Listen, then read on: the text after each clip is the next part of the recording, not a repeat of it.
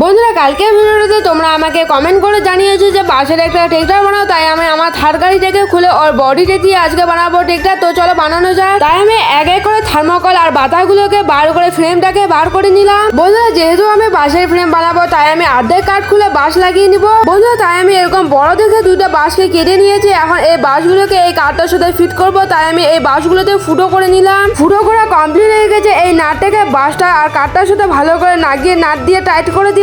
আমার সামনে নাট লাগা কমপ্লিট হয়ে গেছে, তাই আমি পিছনে ভালো করে ফুটো করে এই কাঠটার সাথে ভালো করে নাট দিয়ে টাইট করে দিলাম। ফ্রেম বানানো কমপ্লিট হয়ে গেছে। চলো এখন সামনে চাকা লাগানো যাক। সামনে স্টারিং ঘোরার জন্য আমি এরকম একটা ইসেকে বানিয়ে নিয়েছি। এখন এইগুলোকে আমি ভালো করে কাঠের সাথে লাগিয়ে নিলাম। আমার ঘোরানোর ইসেটা বানানো কমপ্লিট হয়ে গেছে। চলো এখন এই ঘোরানো ইসেটাকে ফ্রেমটার সাথে ভালো করে লাগিয়ে নাট দিয়ে টাইট করে দিলাম। এরপরে ফ্রেমটার সাথে চাকাগুলোকে ভালো করে লাগিয়ে নাট দিয়ে টাইট করে দিলাম। আর কালকের ভিডিওটা দেখার জন্য তোমরা চ্যানেলটাকে সাবস্ক্রাইব বা ফলো করে রাখো।